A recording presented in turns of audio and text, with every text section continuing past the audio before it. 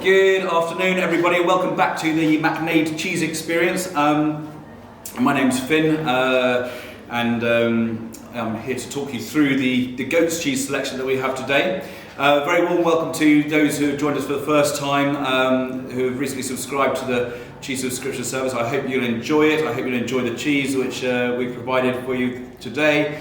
And please do feedback to us afterwards, and come in and explore our range of cheeses in the deli. If you have any other, if you want to, find these ones again and any others. So, as I said, we're going to talk through and introduce a range of goat's cheeses today, which we're concentrating on, and I've got 4 really lovely ones, which hopefully, obviously, goat's cheese can be a really Marmite thing. You either love it or hate it. Personally, I love it. I can't get enough of it. But I do understand it is quite some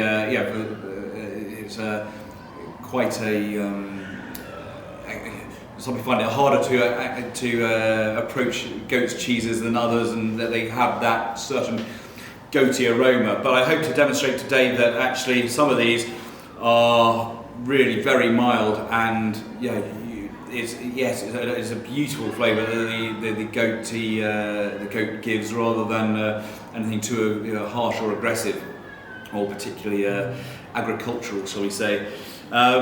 Starting today, we've got the Rachel, which is from down in southwest England, in Somerset, actually based right on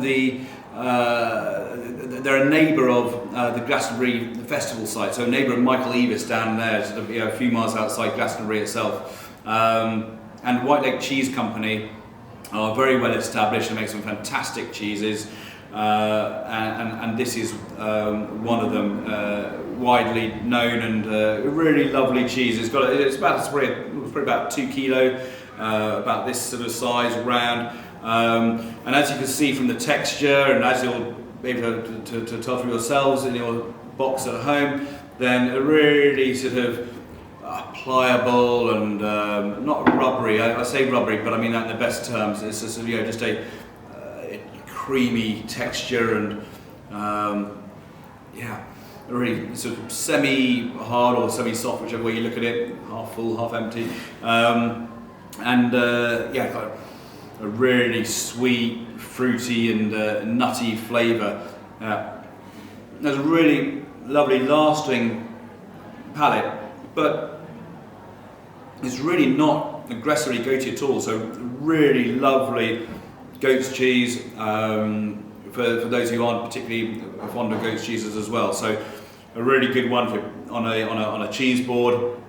You've got friends coming around. It's a lovely goat's cheese, and you always got to have a goat's cheese on a cheese board. And it's just lovely to have this as a compliment. And obviously, talking about goats, they are so. Whereas cows and the traditional dairy is largely confined to, I suppose, Europe and North America, around the world, for the cheese industry, goat's milk is actually far more widely established around the world, and has been goat's milk and goat's cheese have been made for thousands of years as a means of preserving milk for the lean times and all the benefits that they give, and hence a lot of people have intolerances to traditional cow dairy, but goats, they don't have, I'm not a nutritionist, but they're very much more easy to digest, and so people who have a dairy intolerance are widely advised to try goat's cheese, because you still get all the benefits of the milk, and they're very rich in magnesium and potassium and calcium, strong copper and iron, all of which are really important things for the body, but they're not as hard to digest as a cow's cheese. Also, furthermore, they metabolize a lot better than cow's cheeses, so you actually feel fuller, faster on goat's cheeses. So maybe I should eat more of them and lose some more weight. Fantastic cheeses, and as I say, widely adapted throughout the world from very dry conditions to very mountainous conditions, and everywhere in between. They can withstand cold, they can withstand very hot temperatures, very much more versatile than cows. And also, obviously, they're very, as a form of agriculture and farming, they're very much more cost efficient. They're cheaper to buy and cheaper to run and to grow and to farm than cows. And especially in subsistence farming, which I suppose where they come from, a family could live on a goat and its milk very cheaply and easily, rather than a cow was a significant investment and so on. So goats are, for thousands of years, have been very widely used for their dairy, and probably more so than cows, or certainly historically more so than cows were. Really versatile type of milk and great cheeses. So we talked about the Rachel, which is obviously a Somerset cheese, that nutty, sweet and soft textured cheese. An equally soft cheese, whereas this I'd say was a semi-soft cheese, the Brie de Chèvre is, as you would expect from a brie, much softer. You've got this bloomy rind, and the colour is unlike a Brie de Meaux, where it's got that really rich, deep yellow, buttery colour. The Brie, understandably, the Brie de Chèvre, has got that much more stereotypical pale, whitish colouring to it, as you would normally expect of goat's cheese. So this particular Brie de Chèvre is from France, obviously. It's actually from the Lozère region, which is down in the sort of central southwest area. Really rural and I say hilly. Yes, and it's not mountainous like the Alps or the Pyrenees, but it's low rolling mountains down in that area. Really. So this is it's actually a second generation family run farm. The current generation are a young farming family who've taken it on and are really developing the cheese really well, and considering that family tradition, I think you'll find it's a great example of goat's cheese. It's a lot more noticeably goaty than the Rachel, for example, but still very accessible and mild, but intense. It's got a intense flavour, but it's not aggressive and fruity and actually grassy as well, and chalky, and it's got that flavour you would expect. Obviously the goats are being raised on pasture, and so you've got all that green grassy notes to it. In the notes I read earlier, you've got juniper and sort of hedgerow and all the flavours you expect from a pasture down in the southwest of France. Lovely cheese. Contrast that straight from a semi-soft to a soft to a really hard cheese such as the Festli. Now this is a really interesting cheese as well. This is from the Emmental region of Switzerland. Obviously a lot of people know Emmental, but this cheese is made by a family where it's actually a father, a son, and the son's uncle, so father's brother, who all have their own little farms or herds, and they combine all their milk together to make a number of cheeses. But this particular cheese, the Festli, is, as you can see, or as you can feel and taste yourselves, is a very much harder cheese, really firm. So whereas the Brie de Chèvre, that is matured for about 2 to 3 weeks, this cheese, the Festli, is matured for 6 months. Now that is really partly due to its seasonality. It is only made during the summer months.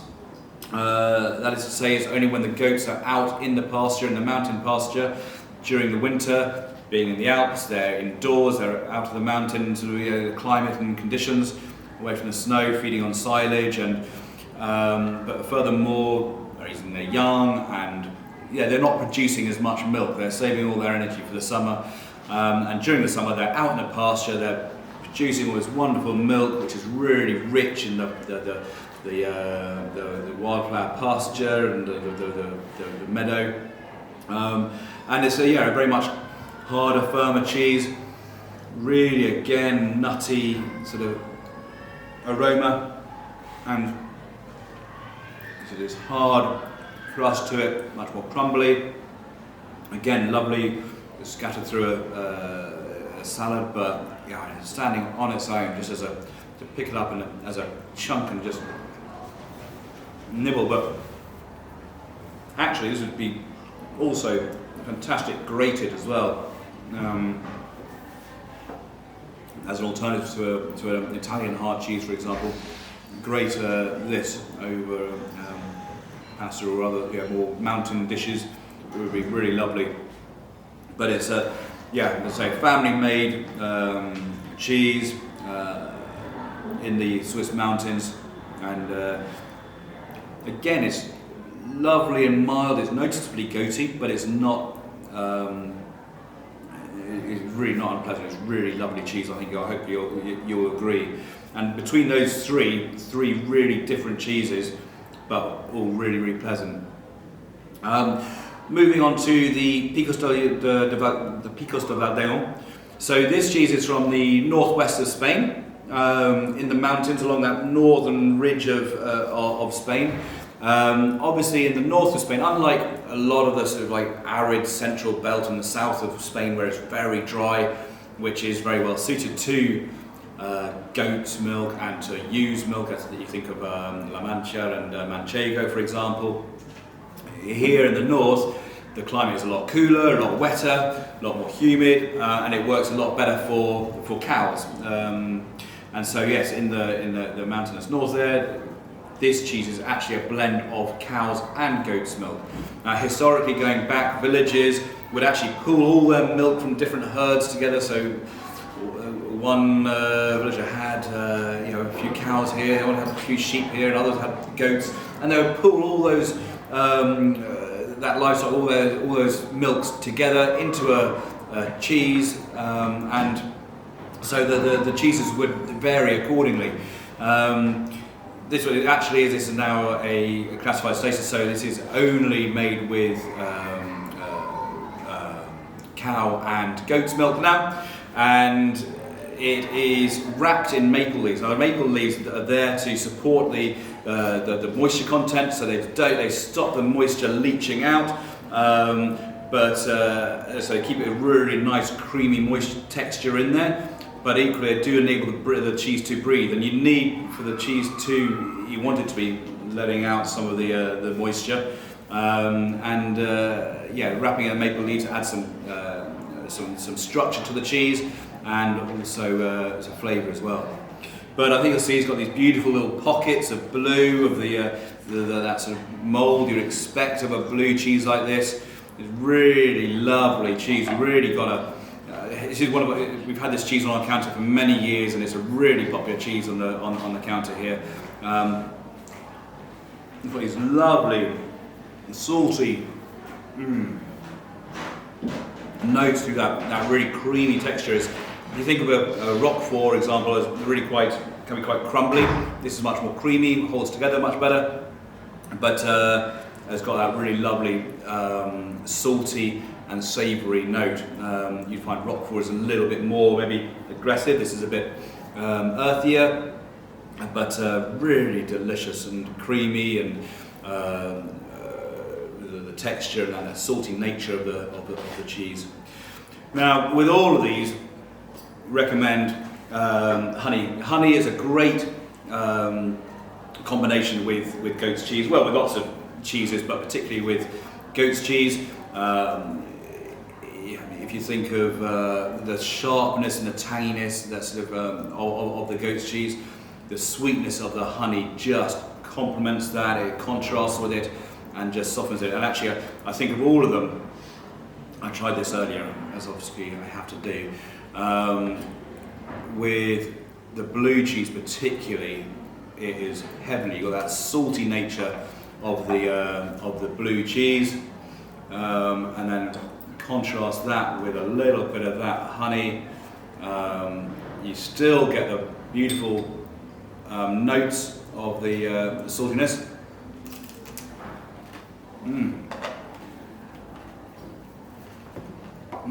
Excuse me for a moment while I enjoy that. The sweetness of the honey just really works so well with the cheese.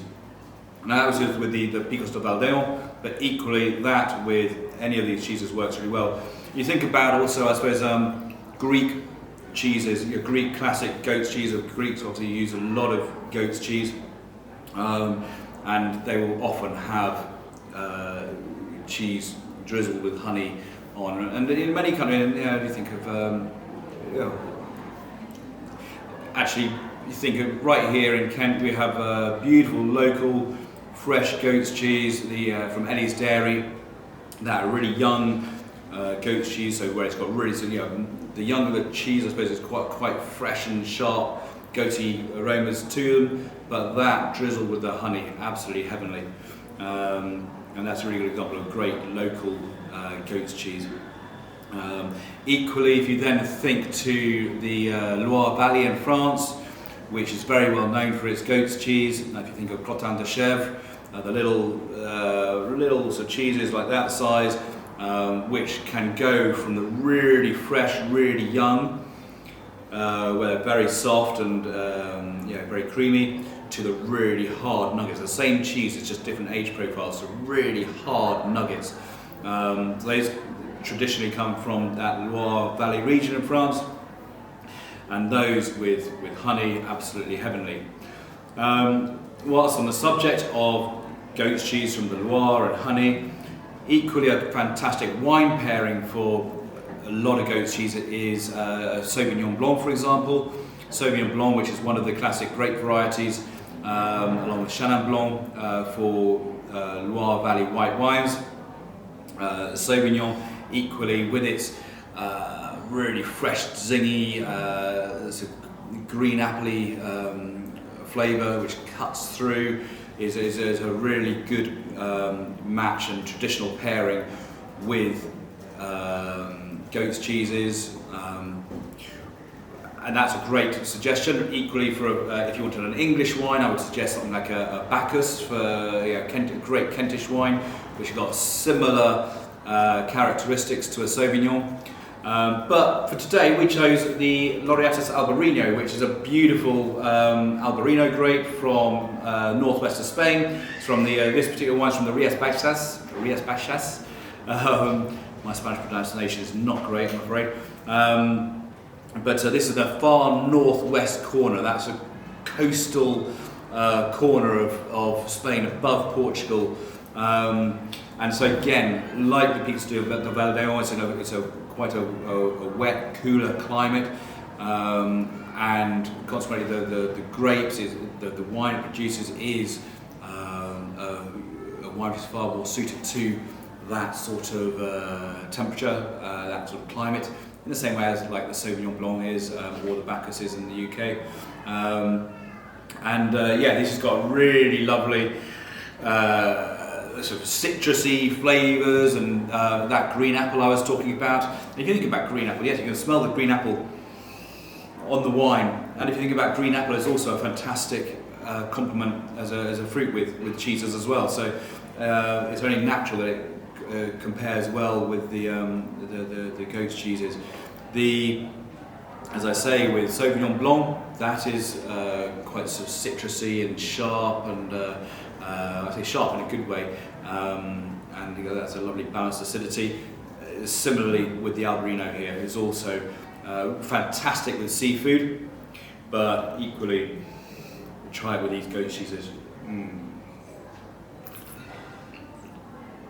Really lovely. It's got a lovely sort of pale straw, colour, really bright and starry. Really, it's one of the firm favourite wine in the wine shop here, and yeah, I hope that you'll enjoy that. Complement that with your toasts and your cheese and your honey. I think you'll enjoy that. I'll leave you all to enjoy your cheese at your leisure, but any questions, please do give us a shout, give us feedback on how you feel this went. Any cheeses you'd like to try. Look out for next month's surprise package of cheeses, which I hope you'll enjoy. And yes, I'll say in the meantime, please don't hesitate to give us a shout. Come on in and challenge the deli team with any other cheeses you'd like to experience and try. Thank you very much and have a great weekend.